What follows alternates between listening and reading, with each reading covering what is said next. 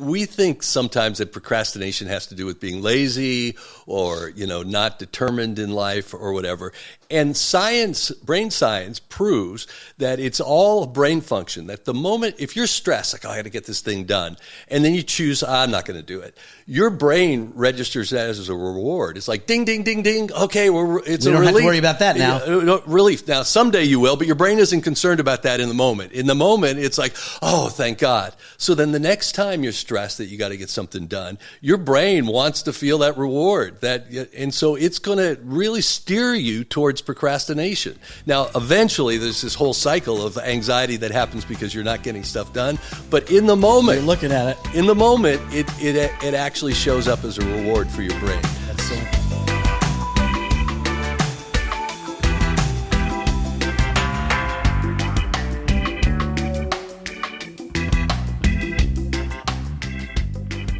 That was it? That we just started? Thank you, Kaylin. Hi, everybody. It's your boy, Mark. Welcome to the podcast. And I'm going to start today's podcast with a quote from Shakespeare. And then I'm giving you a second to all tune out because that has no interest for any of you. So the four of you who have remained, here's the quote that I find a lot of power in. There are more things in heaven and earth, Horatio, than are dreamt of in your philosophy. And that basically sums up my entire life. That whatever I try to plan for my life is limited by my imagination, by what I could see as possible. And every single leap, and I've had leap after leap after leap, and I keep sharing them with you in my career and in my personal life, every single one of them is not just improbable, but counterintuitive to the way everything I know works. Everything I plan, it would be opposite of that. And through doors that, not just through doors I'm not supposed to go through, but through walls that didn't even appear to have a door. You understand what I'm saying?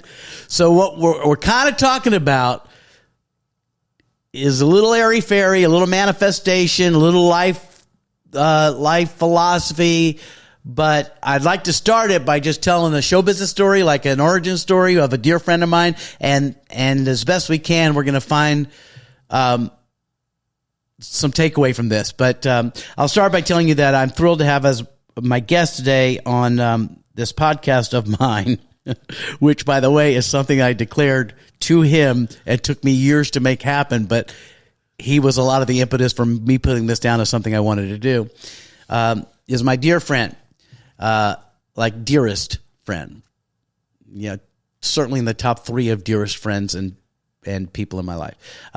You know him as TV host. Some of you may know him as TV host. All New Jokers Wild. He was the host of the show that I was the announcer on, Shop Till You Drop, that ran for half a decade on several different networks, but that's where we met, and we'll talk about how that happened. But my guest is Mr. Pat Finn, my good friend. Hi, Pat. Hey, Mark. It's great to be performing again with you. Performing again. It got the band back together. It's been 30 years. Yeah, 30 years or so. Yeah. And we're probably in rerun somewhere. Yeah. Although I was replaced. So Shop Till You Drop. So we're going to start with this origin story, but then I'm going to tell you the meat behind this. And this goes under that heading of the quote I said.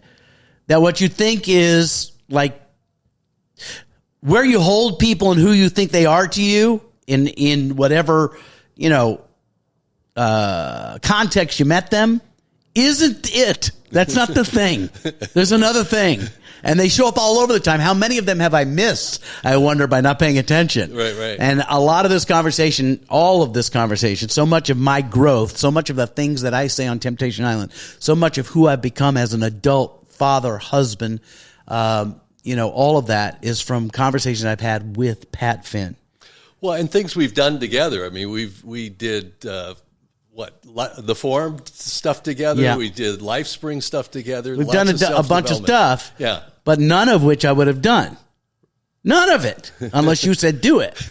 and I wanted to please you. And that's really, my success comes from innate people pleasing and you being the person I wanted to please. Great, and I held you to a high standard. And you held me to a high standard. Yeah. So let's talk about how we met. Okay.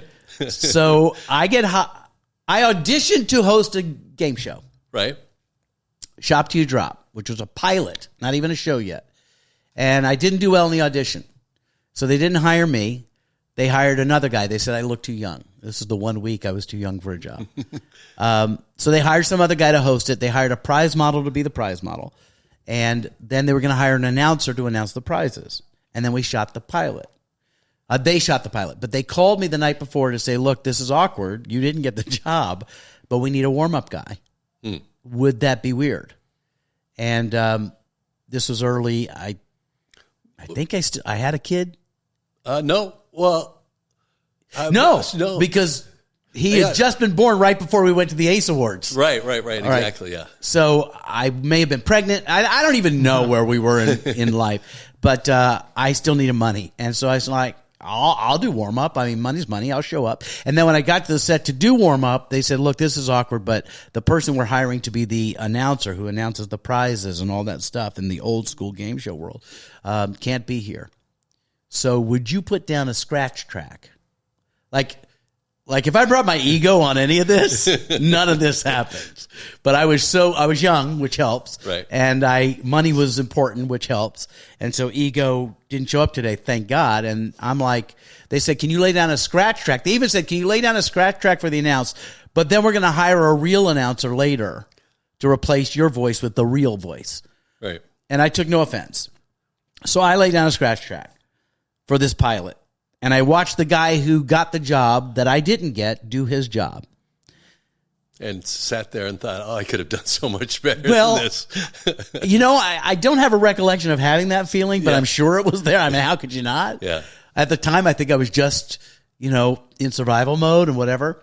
So the story goes, and I just recently like several months ago, had dinner with Donna Harrison, who used to be Donna Harris. Right. Who was the executive at Lifetime, which was the channel, right? Right. That bought the pilot. So she tells a story, and she told it really great. She tells a story that before they edited the pilot, they bring it into the edit bay, and she walks in and sees like the rough. And she says, first of all, we're a woman's network. I'm a woman executive. You're not going to have a prize model who doesn't speak bringing on this stuff, so get rid of her. Right. Secondly, I don't like the host. Get rid of him. Thirdly, I like the show. I'm picking that up for a season, and keep the announcer. I like him because they hadn't replaced my voice yet. Yeah, right. So again, there are more things in heaven and earth than are dreamt of. Like that doesn't happen, right? Right. But then I get a call, and this is where I'll let you take the story.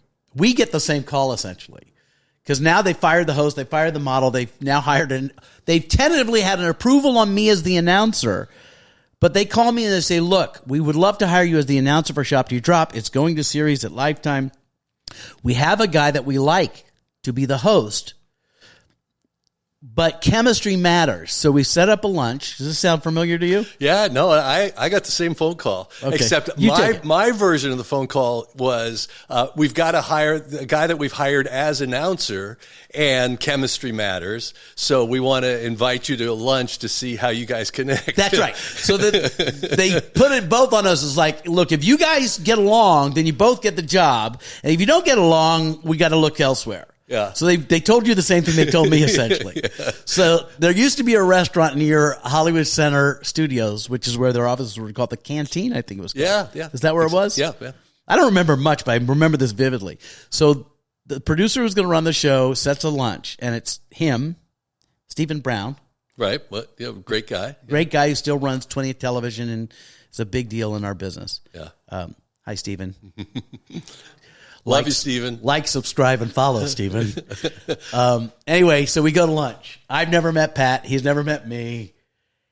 And we basically blew each other. I mean, it was so bad. Yeah, if you can imagine having a first date where they tell you, if this goes well, you could be married and spend the rest I'll of your give you $1 million together. if you like this guy.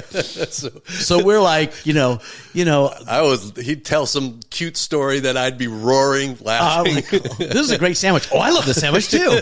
You want to take half of mine? It was like obnoxiously over the top of desperation. Yeah. So we got the job. Yep. And then we go to shoot it. And Pat was perfect as the host and beloved immediately on the show, and the show became a hit. But before it even aired, we're in like one of the first day of taping. I'm now the announcer trying to figure out what that is. I have no idea what I'm doing. And you're hosting the show, and then we get to the point where somebody's got to bring a blindfold out to you because the game was stunts. Shop you drop. Some of you know it. By the way, this is what I meant to say at the beginning, that I have like 3 different lanes of fans or viewers or relationship with my audience. Right. One of them is Temptation Island, most recently. Of course. Young, hot, that crowd, right? One of them is Antiques Roadshow. All of those people's grandparents. And the third one is Game Show Nerds, which is truly who I am, maybe. So this is more serving that one, but I'm hoping there's some overlap. So anyway, we're taping, and they say we need somebody to bring blindfolds onto the contestants for Pat. And since I was technically a union, off camera, but still union performer at that point, I was the one who was supposed to bring it out. And I don't remember what happened. Do you remember? I don't remember that specifically. I just remember that at some point along the way, you were no longer the announcer. It was like you were the co-host or certainly, high-level sidekick. Definitely not co-host, but high-level sidekick. What happened? I was the Robin to your Batman. So what I remember happening is bringing something out to you, you saying thanks, me having some smart-ass response that made you laugh. Right. And it was a moment, and people kind of dug it. And so then I went back into the dark and stood by my microphone and waited until you would say the phrase, "To where, Mark?" That's right. So at the end, they'd run through this mall, and if you could collect $5,000 worth of products, you grab these boxes hoping they were valuable, and we'd add it up. And if it was worth $5,000, you'd win. You should say it, a vacation of a lifetime. Yeah. It was that because we were on Lifetime at the time. So you'll win a vacation of a lifetime. To where, Mark? And then I'd say, you're off to Rome or whatever. So the phrase "to where, Mark" became a thing where I'd literally be out in the world and be ordering food. Nobody recognized me physically, but my voice, which, by the way, was why they wanted to replace me, because my voice was not a good announcer voice, was distinct enough that people would recognize my voice and say, "Hey, are you to where, Mark?" And I'm like, yeah, I guess I am. And how many years? We did 4 seasons, I think. I think we did 4 seasons together. And then you said you were replaced. Didn't you choose to leave? I think I got a talk show or something. Yeah. You had your own Mark Talk. Yeah, I got my own stuff. Well, I think we went on hiatus. Wasn't that Brandon Tartikoff? Brandon Tartikoff, your own talk show. Yeah. Mark Wahlberg show. Yeah. Yeah. Anyway, I think what happened was we may have gone on hiatus from Lifetime or something, and then I got another gig, and so when it came back up, they replaced me with another announcer, D. D was the next announcer. They had somebody for 1 year, and then that person didn't stick, and then they brought in D, who was a whole different personality, but brought something to the show. Yeah, it totally worked. Yeah. So it depends on what generation of that show. But that show ran for like 9 seasons, and then J.D. Roberto at one point took over. And I did 8 seasons, and then J.D. I think did the last 2 seasons. All of this is to say that's where we met, and we had a relationship on camera that was comfortable, like really comfortable, like brothers. You were the big brother, I was the little brother, and they were constantly putting me in costumes, doing weird shit, and you were the handsome straight man of the show, and I was this wacky sidekick, but we had a vibe that I still think we have. Yeah. I'm thrilled about it. So I'm sitting at home now. I want to say Morgan was just born, and this is where my journey of emotional intelligence begins, right here. I think I've been a seeker all my life. I think I was open and asking questions. I had left home early. I was on a path of some sort, but really kind of a shotgun path, like no vibe. And Pat was a game show host, but what I didn't know is he had done this incredible work in his own life to manifest greatness, including declaring that he was going to buy a radio station in a year's time. Like from nothing to I'm going to own a radio station. And he did that. And so what I didn't realize is that while we game show hosts are supposed to be vapid and attractive, which we still are very attractive, yes. but thank God for that, we're not supposed to have anything behind us. The fact is that Pat was playing a game show host on TV, but was the most substantive person I had ever met in my life as far as emotional intelligence and the things that really matter. So I'm sitting in my chair one day, and Pat calls me and says, hey, there's this weekend thing I think would be great for you. I had no money at all. That's been a story for a long time. And it cost like $300. And I put it on my credit card and enrolled you, and you could pay me back later. Yeah.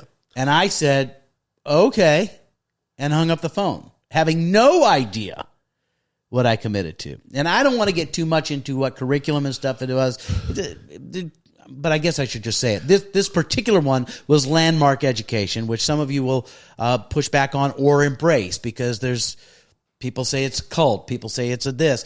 I'll tell you, for me, it was the start of a journey, and only one small part of a curriculum I've sort of curated with your help and others to create a life that I'm living now. Yep. But this was the first block, and I'm 100% for it. Landmark. At the time, you were very much in Landmark, and so this forum weekend, which is pretty much a cliche weekend to a lot of the world now, was where I started, and you signed me up. And so I went and I did it. Without getting into too much detail, out of that weekend, a year later, so I was a warm-up guy trying to make money. And by the way, what makes you call somebody and do that? Let's just start with that. Well, I mean, first of all, for me, I was struggling. I was a weekend weatherman in San Francisco, and I had a friend who said, you've got to do this thing. So I did the weekend, and I said, if I'm going to give, I only got 2 weekends off a year. So to do the forum was like, this really better work. So I said, I had started in radio, and I said, I'm going to buy a radio station within 6 months, and within 6 months, I'm going to be on national television. The people in the newsroom literally laughed at me. It's like, you're not even the full-time weatherman, and right. we're in San Francisco. How's that possible? And with the tools I got out of that, and the ability to create a future, what I ended up doing was putting together investors and buying a radio station, and then within 6 months, being on the Joker's Wild, and then which was a nationally syndicated game show. Yeah. So out of being a local weather person on radio. Yeah. Were you on TV? No, I was on TV. Yeah. I was a weatherman for like 10 years across the country before that. But that leap made such a huge difference in my life, including personal stuff and my relationship with my mom and all that, that it's just like, if I can give that as a gift to somebody, and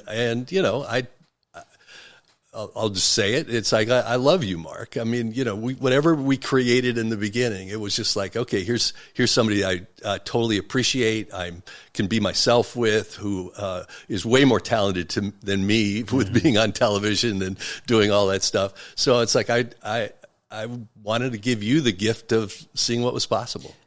And do you hear that? So I stand tall on the shoulders of a lot of people. And I love you too, by the way. Thank you. Not by the way, I love you. Just straight up. Not as an afterthought. But it's these shoulders. So it's rare in anyone's life that someone else steps out of their need for things and stuff to say, hey, this would be good for you. And not just say it would be good for you, you should try what I'm doing. Because a lot of people they like to have partners in crime in what they've chosen to do in support of their own ego in it. But it's another person who says, I'm thinking this would be great for you, and I put it on my credit card. That's a leap. Yeah. That no one had ever done for me in my life. Well, maybe once in my life before, that someone had done that.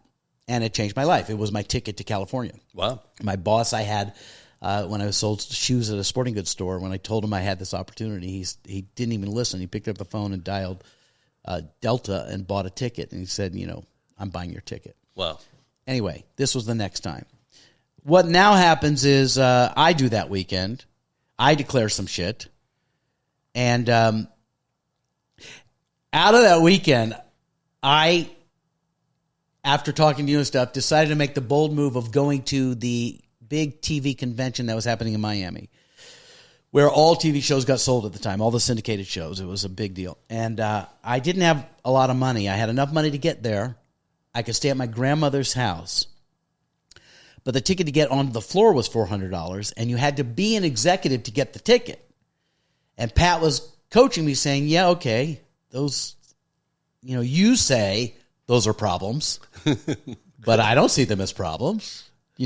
What's your commitment? What's your intention? Right. This is the language we developed in the forum, but it's not, if you go to Tony Robbins, if you go to any, I don't know why I feel like I need to, I feel like I want to let people know that this is one of many possibilities as opposed to a commercial for a specific curriculum, but all of them hit around the same place, including, let me just jump ahead to what we're really going to talk about, which is Rubicon Results, which is a team-based curriculum workshop experience that Pat has created that's incredibly powerful, and I will endorse 100%. No disclaimers around that. No, this one you can do, and you should do, and if you can do. Yeah. That said, out of my conversations with Pat, and the other thing I hate about Pat is that there's no getting away with things because he sees my soul and I see your soul. So you're talking the real me and I'm talking the real you, which means I can't hide out and use all the tools I use on everybody else. And you need one of those in your life. One of those people that doesn't buy your bullshit, right? Because he has seen it. So I can't say to Pat when he says, so what do you want to create? And I say, I want to create a career where I'm not just a warm-up guy, but something bigger than that.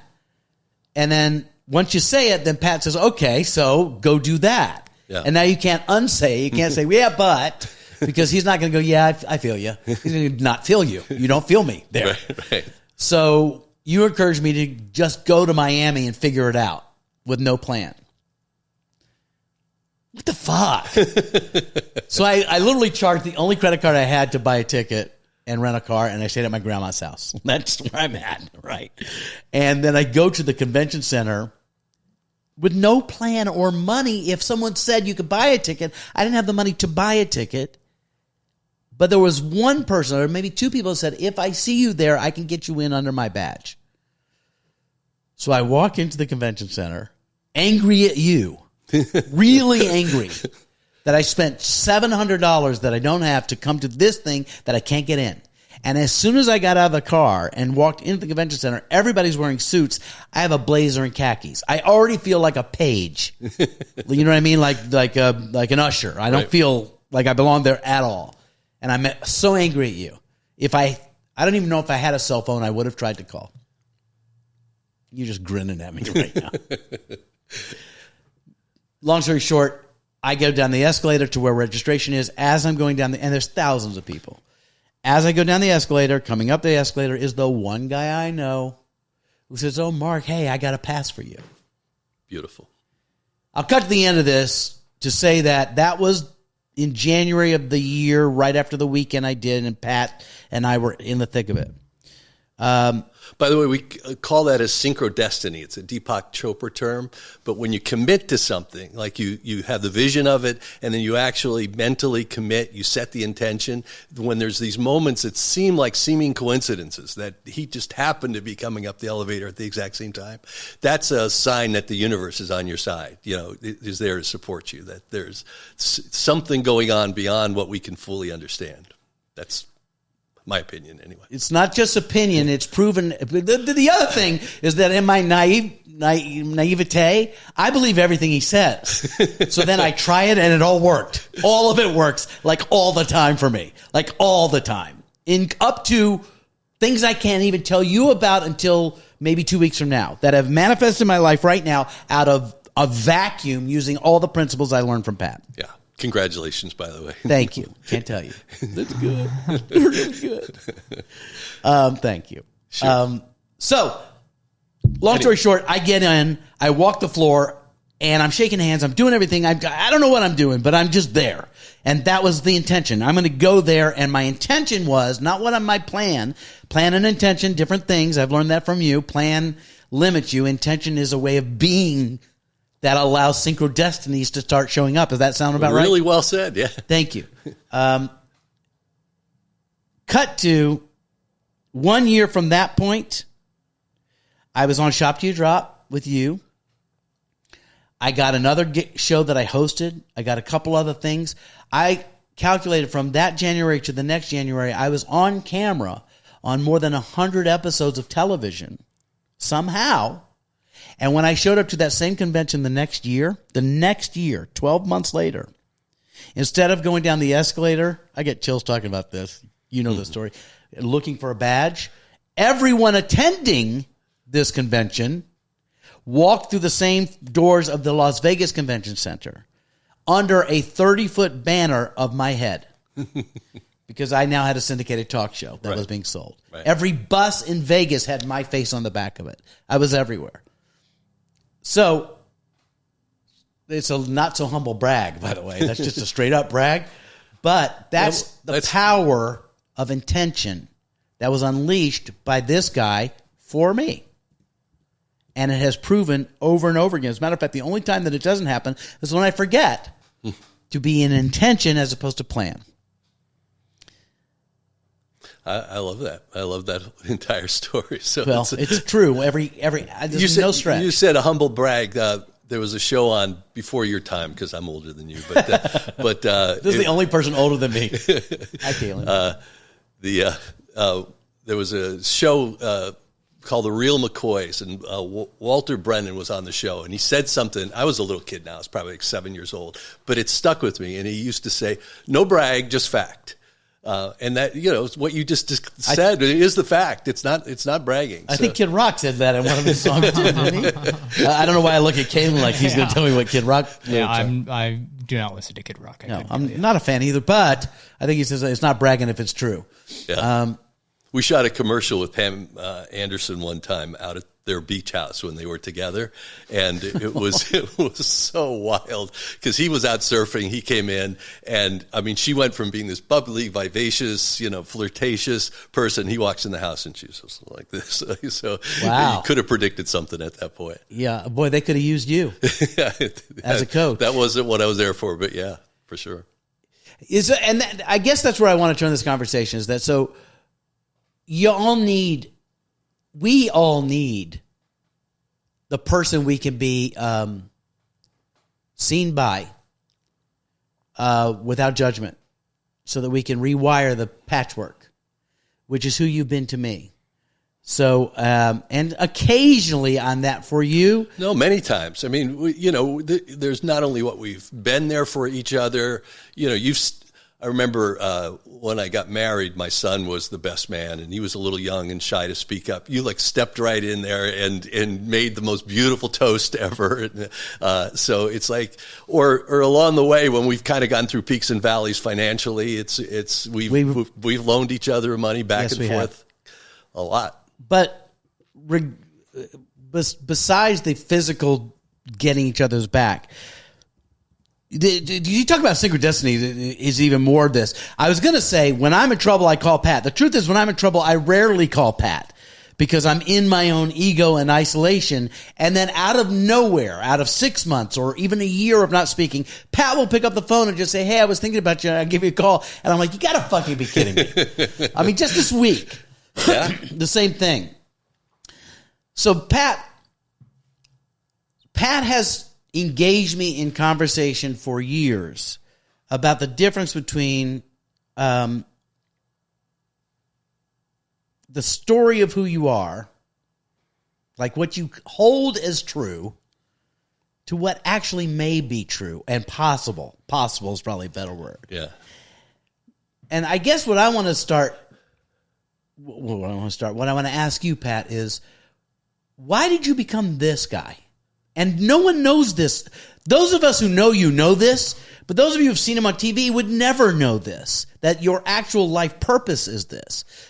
Talk a little bit about what that feels like to you and why and how it's natural to you and what work you put into that. I mean, if I'm looking at the whole story, it probably goes back to my childhood.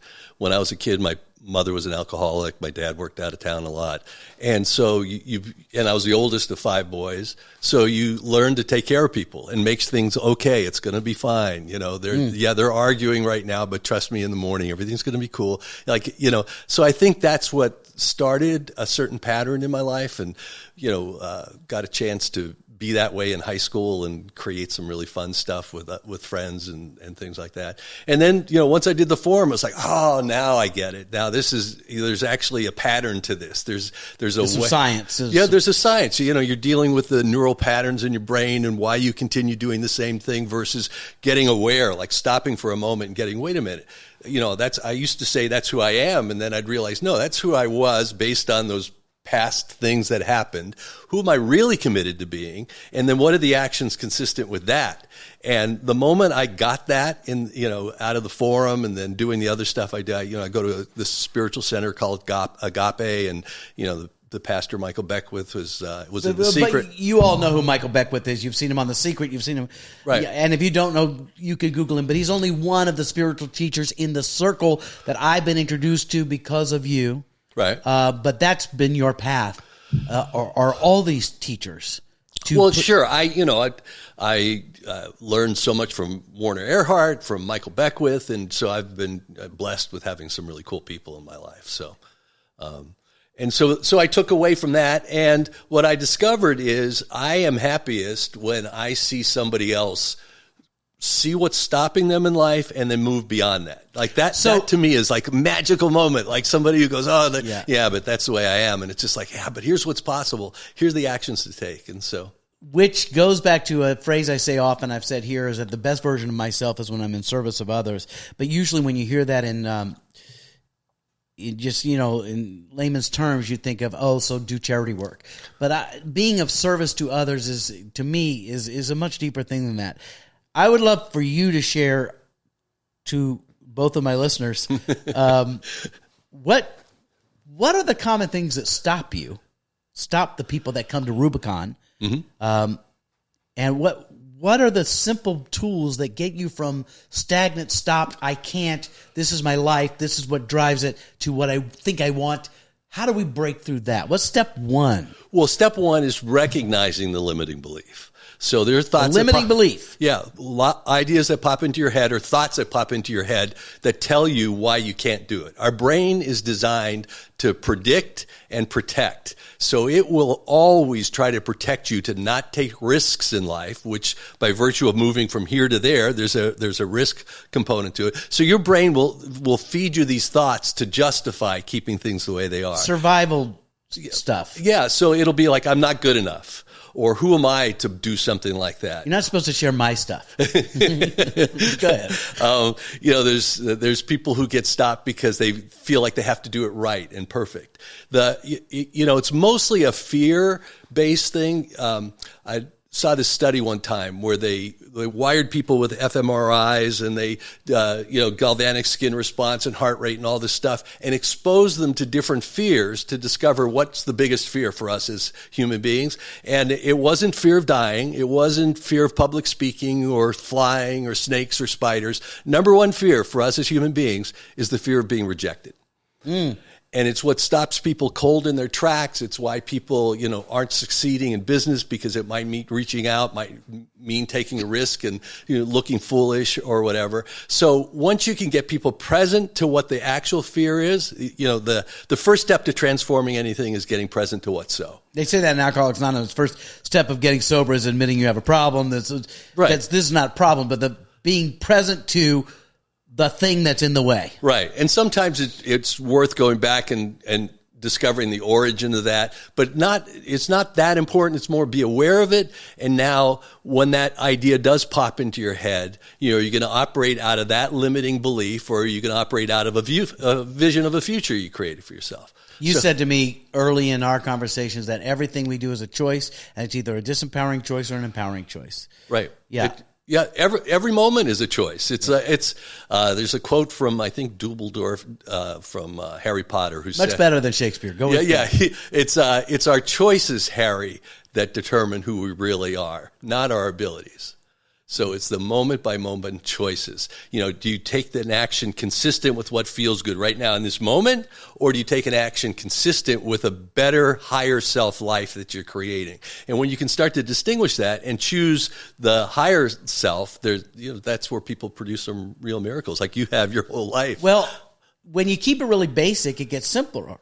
So like that tenet, right, that you've said to me and others have said to me in different ways, is like when you say, like there was a time when I thought I wanted to be a producer of TV. I can remember having an interview and saying, I could do all these things. I could do it. And they said, yeah, but you're not a producer. I'm like, well, when will I be a producer? They said, when you're a producer. But what I learned from you was, in everything I do, if my intention is to produce TV, let's say, and that you could arbitrary, we could pick anything. If my intention is that, then when I'm getting coffee, am I getting coffee as a producer of TV would get coffee? Am I working out of the gym as a producer of TV works out? Like, who am I being? Am I being a guy who wants to be this, or am I being this? Right. And one of your previous podcasts where you had the talent department people. You may be the only person who's listened to my podcast before coming here. I'm so flattered. I'm just like. Anyway, what he said was, come to this. The advice that he was given: come to the set not looking like a PA, but actually dress like you know what you're. Dress for the job you want. Yeah, exactly. Yeah. So the big stopper for a lot of people is rejection or fear, whatever the fear is. Mm-hmm. And then. I'm just trying to get a primer, like some little, points that get people rolling. Because what happens is when you get like one distinction, definition, insight that lands for you, you get excited. I get excited and feel like I can do something. And that's who you've always been for me, is the guy who keeps it simple to say, hey, here's a little nugget that gets you out of your fear of the whole picture and gets you into some sort of action. Talk about action. Well, I mean, that's the key to it. No action means no new results. Action means some new result. And, it's not always the result that you want, but at least you've got that good feeling of knowing you're causing something, that you're making something happen. So being cause, I'm trying to find a way how you language it. I don't know, causing the matter of your life. Causing the matter, yeah. So talk about Rubicon Results. So we've talked about the forum. That's Landmark. My brother-in-law runs MITT, which is what LifeSpring turned into. There are several other curricula that are about self-expression and leadership. I mentioned Tony Robbins. There are a lot. Brene Brown does some stuff. Michael Beckwith, Agape. There's a million. Yeah, any pathway to transformation is a good pathway. Transformation is the word we're looking for that I've overlooked. So we now come to what you've created, which is an organization, a business called Rubicon Results, that I was part of a pilot program of. I think I did one of the first teams. Yeah. And one of the things I declared in that team was that I wanted to create a podcast. Ta-da. Hey. Hey. Hey, girl. Yeah. So I went from volunteering with Landmark to eventually leading the forum, which meant, leading 100, 150 people in different cities around the world, and did that for years and, learned so much, amazing training to do that, got the gratification of making a difference in so many people's lives and all that. And I led a forum in Mexico City. And during that forum, we got this memo that was sent to us that said, let everybody know to stay as far away from each other as possible. And there's hand sanitizer in the back of the room. And it was the first time, like, wait, what's going on here? Yeah. The pandemic flew back. Long story short, they did an amazing job of turning eventually into an online company. But at the time, it was like, okay, you're not working anymore. Now what are you going to do? And I started to look at, I had done this thing in the past called Rubicon that I had created, and basically found, a couple of things. One, it works, so it was like, okay, this may be a good time to bring it back. It's all online. It's not in person. People play on a team of 12. It's like a mastermind team, and the power of that, having team bonding and supporting each other, as well as the kind of positive peer pressure of accountability. Accountability, exactly. Yeah. Great word. Thank you. I got it from you. All right. So as I thought to bring it back again, it was just like, okay, this could work. And, the timing of the pandemic, of people looking for something to do, tapping into people really want to have breakthroughs in life. People, find themselves stuck, all those reasons we said earlier that they're in a rut. And we just created this program that's all about getting clear on what you want and then a 10-week process to produce those kind of miracles. And what I like about it, and it's evolved since the inception where I kind of saw you working it out. Yeah. What I like there's several things I like about this Rubicon concept. And I highly suggest you look into it, and if you have the means, you should do it. Or if you find another program similar to this or create your own, I highly recommend you do that. Yeah. But do something. RubiconResultsCall.com or just RubiconResults.com gets you to our website. So what I love about it, as opposed to some of the other things we've mentioned, that this is not mystical bullshit. We always use the phrase airy-fairy. Yeah. Like, it's not the airy-fairy, if you meditate on this, it will manifest, and manifestation and the secret. While I won't speak for you, but I think I can. Yeah, we can. believe in all of this airy-fairy stuff and practice it a lot. Right. But what I like most about RubiconResultsCall.com, Rubicon Results Teams, is it's not this really spiritual conversation. It's a nuts and bolts toolbox, which we've talked about a lot, Caleb. Toolbox, that was your thing. Yep. It's a nuts and bolts approach of a team, which we know matters, a declaration, which I've spoken about, and then accountability to follow through on the steps to get there. And that's the part that's a little bit in opposition to my personal philosophy, is that I don't like to plan. Right. I like to be and let things show up. But there's a way to do both. Yeah, I think we find a middle ground with that, because it's once you set an intention, if you just set it, that's like the old, and then sit there and go om, and nothing happens. There's a connection between being in action, and then sometimes these miracles show up. So, and I think for me, the distinction is, if I sit and draw out a business plan, I don't see that. That limits my possibilities. But if I dedicate certain time every day to work towards an intention that I've declared, even if it's indirectly related, that seems to manifest greater things than what I would have planned. So don't hear this as, I write out a business plan, I call this guy every day, and then I follow the business plan. I think it's more about supporting others in what they're declaring, right, which has a lot of power personally. I mean, it's really, I don't want to discount the power of that when you're supporting me and I make it happen, things move for you. Absolutely. Yeah. Right. So that's, and for that's me, part of the way the team works is right. You have a daily accountability partner that you're texting to. You're always connected. You've heard of, is it Schadenfreude, where the German term where you take delight in other people's failures? Yeah, sure. We create, and this is an actual term, Freude, which is taking delight in other people's success. So we create that as part of the team, that there's a joy in that. The opposite of Schadenfreude. Yeah. Although it's fun to take delight in the misery of others, but that's what reality TV's for. I will give you that. You wouldn't have episodic, a career if we weren't into that. Yeah. But those of you who know me and see on TV, I don't even that's not true for me. Yeah. So I want to cancel that. That's not true. Anyway, so the concept and the experience is you sign up for a period of time. 10 weeks. It's a 10-week program. There's a once-a-week call. Once-a-week Zoom call where the team gets together, team bonding, promises to each other, some coaching. We have a whole curriculum that takes you from procrastination, like why we procrastinate, all the way through mind dumping and clearing your mind so that you don't have that overwhelm. Can you give me some teases? Like, give me because when you say procrastinate, I just got a little chilly. Yeah. Well, here's the thing that we think sometimes that procrastination has to do with being lazy or, not determined in life or whatever.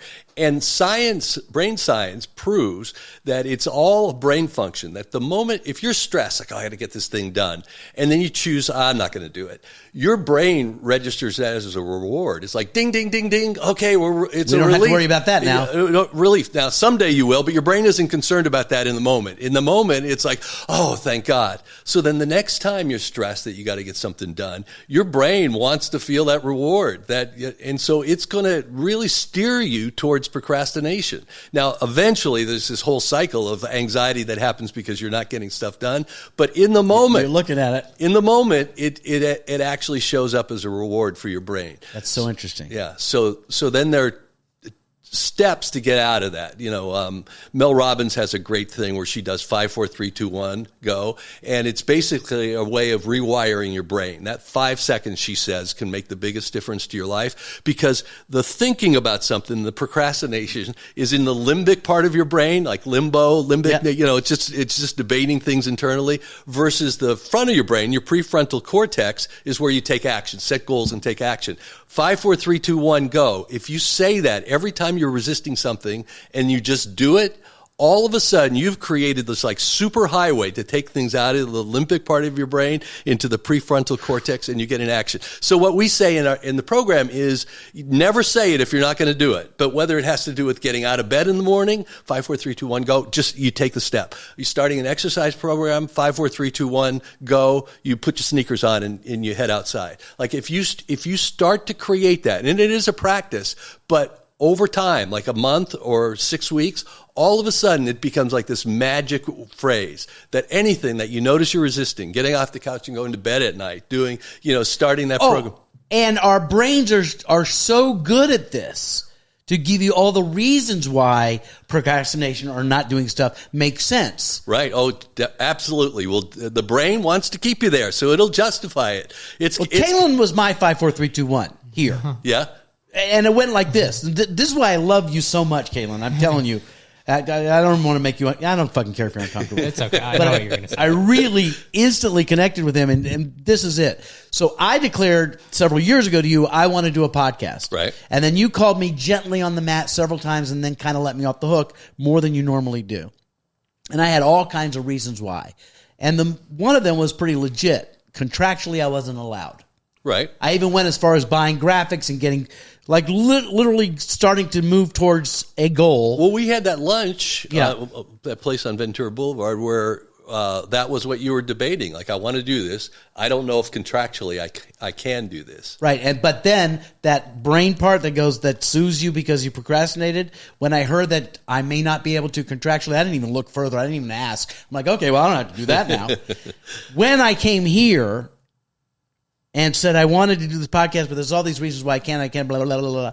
And then Stephanie and Lynette, who also do a podcast here, said, look, it's very simple. You're overthinking it, blah, blah, blah, blah, blah. First of all, what you're saying, I'm saying to you, thinking about doing it perfectly is not as good as doing it poorly. Thinking about doing thinking about it being perfect right before you start is not as good as doing it not poorly, imperfectly. Right. Is much stronger. The Sheryl Sandberg quote, done is better than perfect. So much better than what I just said. She gets paid a lot more than we do, so good. She probably hired a writer. Here I am thinking I'm really coming up with a great phrase. Done is better than perfect. Yeah. So I finally say, okay, now I see how this could happen, because they kind of did what they do in a Rubicon thing. I sat with other people and said, wait, you want to do this? We're going to tell you how you can. And then you start feeling like you can. Right. And so I'm like, okay, I'm in. So I call, and they said, and Kaylin can produce. And Kaylin's like, I'm down. And so I called Kaylin. This sums up the difference between him, you, and me. Okay? I'm like, great. You're down? Yes. I'm down. Let's do it. We're going to do this podcast, which I had several different names for. And I said, and this was like October, and I said, so I'm thinking we could probably do the first episode somewhere around March 1st. And he said, how about Tuesday? And I'm like, but aren't there things, like reasons why you can't? And he was like, yeah, no, let's just fucking do Tuesday. Right. And now I'm several episodes in that you're the person who's listened to. So anyway, so there's a natural thing about you, and I haven't even started to crunch into who you are, but every time you open your mouth to speak, it's an actualization, Kaylin, of a lot of the stuff that we're talking about. There's a very simple approach that you have, that you figured out some things, I think, in life that are really, really powerful. I just need to let you know that. Thank you. I have suffered with procrastination a lot in my life, though. So that I even like that little tool that you just said. I might do that with a couple things. Very cool. Let's get another one. So that's a good one for one of the distinctions about procrastination. You mentioned another distinction. Well, I mean, there's a couple of different ways we come at it. One is don't have a judgment about getting outside your comfort zone. In fact, embrace that every miracle, major breakthrough that we've ever had in life is usually outside the comfort zone, which, by the way, at Rubicon, we call it your familiar zone, because it's comfortable because it's familiar. It's familiar because you've done it before. If you keep doing what you did before, you're going to keep getting what you got right now. Which, by the way, is very uncomfortable. Yeah. Which is why familiar is better. Yeah. Because that comfort we think is comfortable is why we complain a lot. Right. Yeah. Well, we're complaining about it, but we say we're comfortable here. But in fact, we're very restless and very upset here in that comfort zone. Yeah. So if you can get okay with being a little uncomfortable, that's where the miracles really happen. And then the other thing is most people think of something they want to do or say they're going to do it, and then they wait to see if they feel like it. Like, I'm going to do yoga. And then, I feel like doing yoga today, and you do it. But the downside to that is if you don't feel like it, then you don't do it. So what if you create for yourself this ability to, when you declare something, when you say it to yourself or out loud, that you do it no matter what? Like, become unstoppable. Which is one of the reasons why I don't call you a lot. Because then I'll say something and I have to be unstoppable. Yeah. But it's incredibly powerful. Yeah. Say it again. So, it's just a function of integrity and being your word. But one of the highest forms of integrity is to actually not only be who you really are in life, but actually, don't lie to yourself anymore. How often do people say New Year's resolutions are going to do this and this and this? And, I think less than 10% of people actually fulfill on their New Year's resolutions. When people do Rubicon, we say 90% of people who make a resolution or a promise do it, because we help you start to see the power in doing what you said you would do no matter what. We so often get stopped by fears or not feeling like it in the moment. Like, I have this trick that I use. I'll wake up and, like everybody else on the planet, have bad days, in a bad mood, something's funky or whatever. And I just stop for a moment and I breathe and say, if this was the best day ever, like I'm on top of the world, I'm flying, I'm in the zone, what are the actions I would take today? And I write it down. Don't just try to remember, but I'll write it down. And then I just play this little game with myself. Okay, I'm going to do those actions anyway, even though I don't feel like it, or even though I'm bad. Act as if. Yeah, and then all of a sudden, halfway through the day, like, I'm having a great day. So it's, just there's little things like that we do in the program that help people be who they really are, is the bottom line. Can you, I don't know if this is part of Rubicon so much, but I think it's important. I talk about it a lot in my personal life, the difference between wanting something and intending something. Like the difference of being and doing. I talk about intentional behavior a lot. Like for me, I can physically, because we've trained ourselves, I can feel the difference between bitching and wanting something to be different, right, and having an intention that shifts the world, which gets into the world of the Deepak stuff, of synchrodestinies, and whoo, shit starts happening. Well, one of the things to look at is whatever you're sending out to the universe will correspond to that same frequency. So if you're in a I want mode, I don't got it, but I want it, the universe will give you more things to want. But not have. Yes. So we have some. That's huge, you guys. So what I'm saying to you that Pat has taught me is listen to every word you say. Yeah, you don't even hear yourself. I don't hear myself saying things that limit. And I gave this little distinction to somebody on the golf course the other day who's like, I don't want to hit it in the woods. I'm like, well, you're going to fucking hit it in the woods. Because the universe only hears hit it in the woods. Not, I don't want to, don't. Rather say, I'm going to hit it down the middle of the fairway. That's brilliant. There's it's the your white brain horse. can't. Say it again. It's the white horse thing. Don't think of a white horse. Oh, right. Well, there was actually, you're probably remembering part of a study. There was a study that years ago that brought people in, subjects, in a room like this with a camera, and said, listen, talk for 5 minutes about anything that's important to you. Oh, by the way, don't think of a white bear. That was what they used in the study. And they said, but if you happen to think of a white bear, push this red button. Sure enough, people were pushing the red button, once or twice a minute, because you can't not think a thought. You can. What happens is if there's a regular thought that comes into your brain that you know isn't useful, like I'm not good enough or who am I to do this or whatever, you can't not think that thought, but you can override it with something way more positive. So that's what they discovered out of the study was you can create a future, create a mantra for yourself. Like I'm going to, this is who I am. I am this way. So every time you think that thought, you come up with something way more. I just got chills because the I am thing to me is huge. Yeah. It's the word. It's biblical. If you believe in that, it goes into Om is I am, like Om, that is I am. Right. My favorite thing, I'm not religious, but in the Bible is like Moses asked God, what's your name? And his answer is I am. I am that I am, not who I am or what I do or anything. The amness of things. Yeah. Joel Osteen wrote an entire book called I Am, and it's all about whatever comes after the words I am, is what you're inviting into your life. That's what you're creating for yourself. So if I am tired, sure as hell I'm going to be tired. If I am prosperous and abundant, I'm happy, I'm successful, I've got joy in my life, any of that, it's making it much more likely that you'll have that. So Robbie, my wife, like you don't know and I don't mention it every minute. She's a big believer in affirmations. Yeah. What we're talking about are affirmations. Right. She does them on paper and out loud.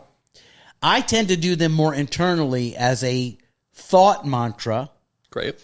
But what I try to do is I take the negative mantras that I constantly say to myself and put a pin in them.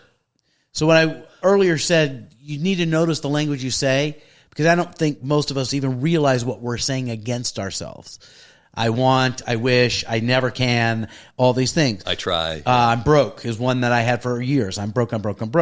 So I put a pin in what are the phrases I say that don't work, and what's the phrase to say as a replacement.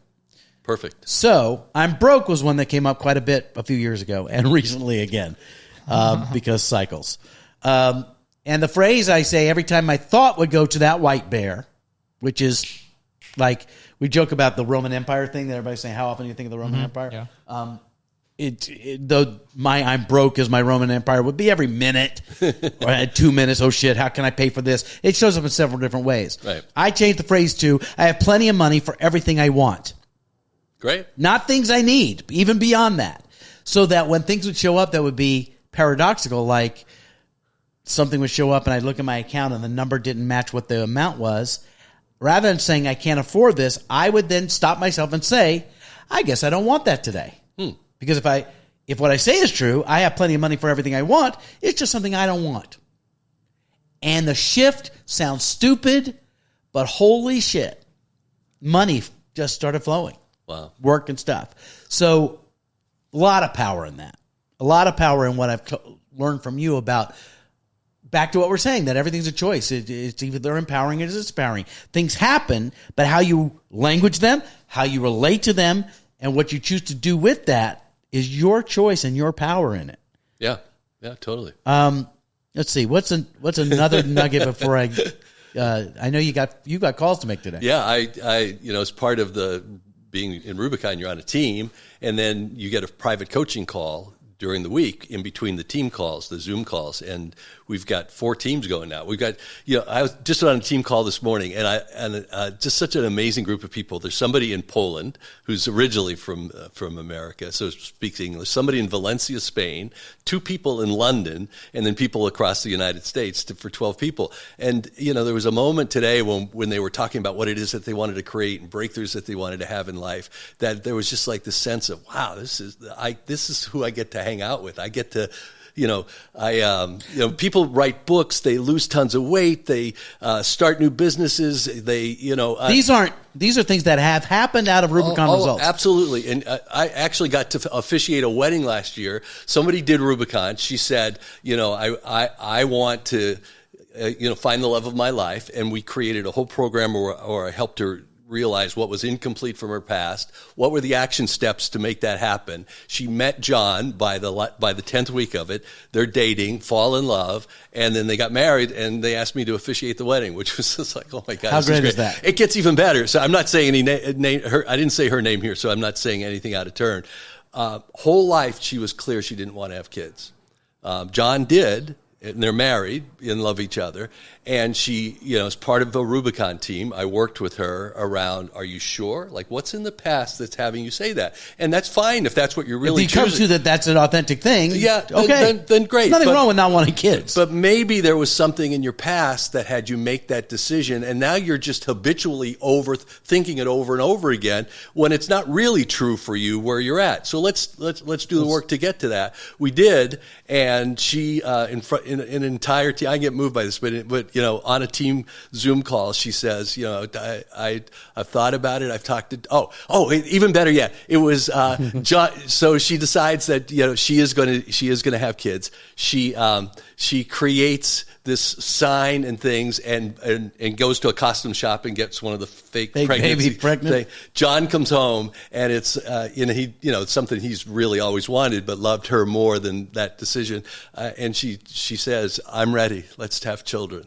And it just was it's like to have a chance to help people sort out what's stopping them from their past versus what they really want, who they really are. It's just I got the greatest job in the world. I mean, look at Pat's face when he talks about it. So to wrap this up, look, my past, growing up where I grew, being Jewish in the Deep South, has me be a skeptic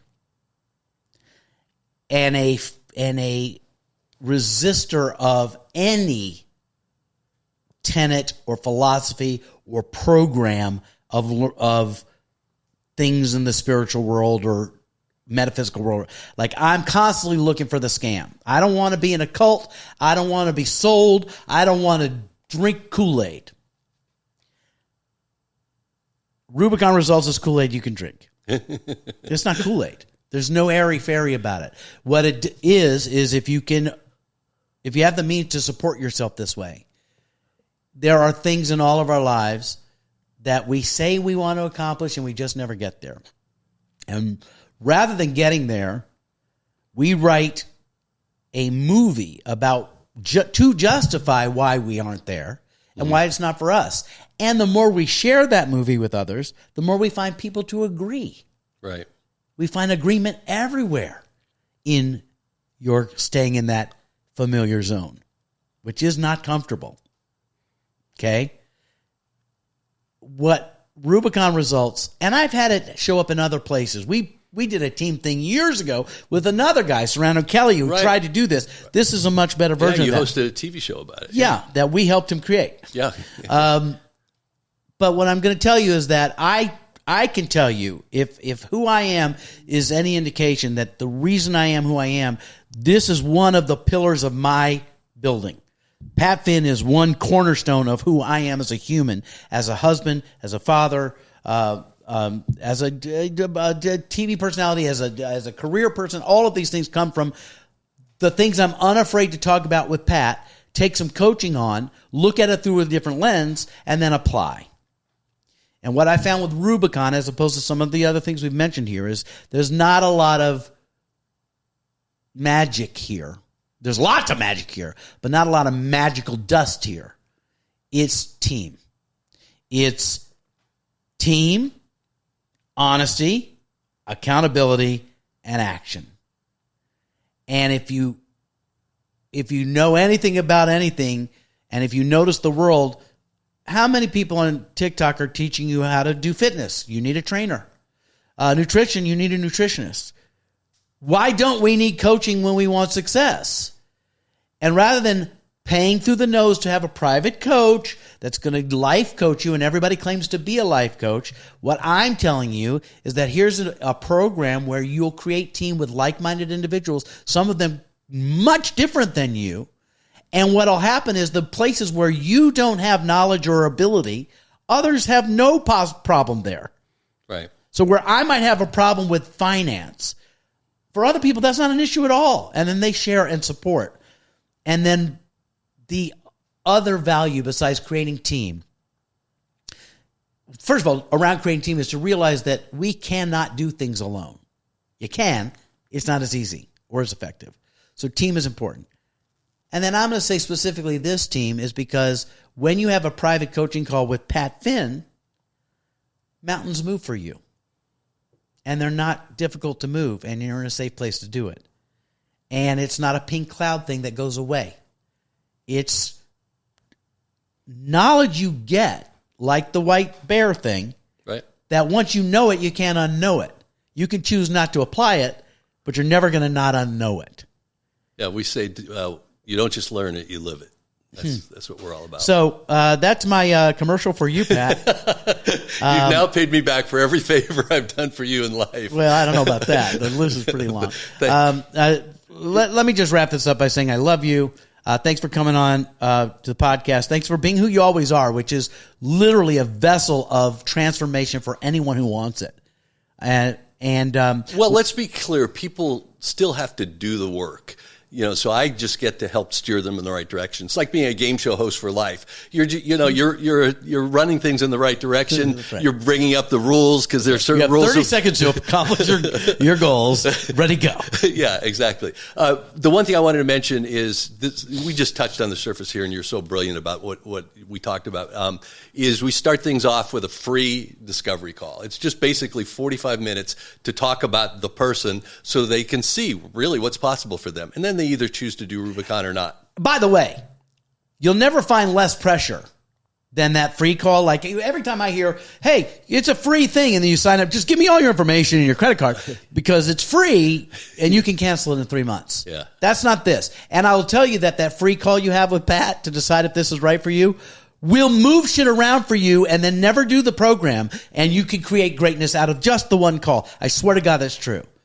But if you want to, I invite you to invest in yourself, to create a conversation about outrageous possibility, and dare to actually do it.